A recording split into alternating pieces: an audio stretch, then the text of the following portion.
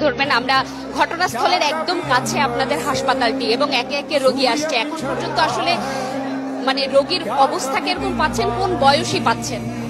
এই পর্যন্ত আমরা যে রুগীগুলো পেয়েছি এর মধ্যে আপনার 70 থেকে 80 ভাগই ছিল হচ্ছে আপনার বার্নের পেশেন্ট। ওরা 70 থেকে 80 ভাগ আসলে বার্নের আক্রান্ত হয়েছে এবং ইতিমধ্যে কিছু ডেড বডিও পাওয়া গিয়েছে এবং আমরা অতি সত্বর আমরা ঢাকা মেডিকেল কলেজে বার্ন ইউনিটে পাঠাতে সক্ষম হয়েছি এবং আমাদের এখানে দক্ষতার সাথে চিকিৎসা চলছে এবং এখনো আসলে আসছেন, আহতরা আসছেন এবং আমরা চিকিৎসা দেওয়ার চেষ্টা করছি সর্বাত্মকভাবে।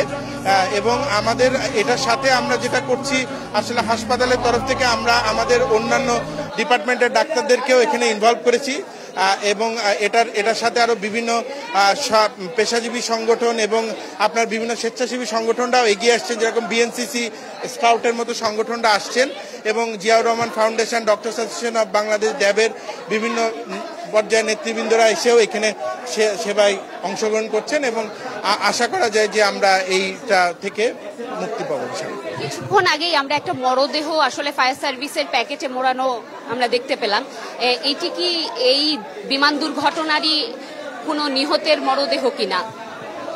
আসলে আমার এই বিষয়টা সম্বন্ধে পুরোপুরি জানা নেই। আমরা এই বিষয় সম্বন্ধে পুরোপুরি জানলে সেই বিষয়ে করবো আর কি। হ্যাঁ, মৃতের ঘটনা কি এখন পর্যন্ত আপনারা পেয়েছেন কিনা, কোনো মৃত্যুর ঘটনা?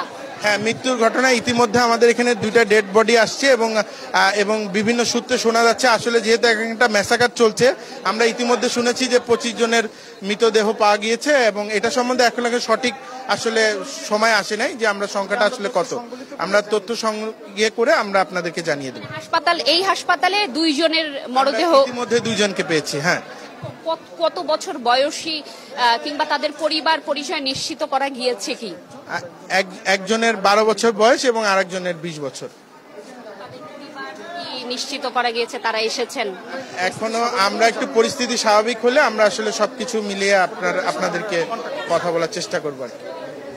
আপনাকে অসংখ্য ধন্যবাদ।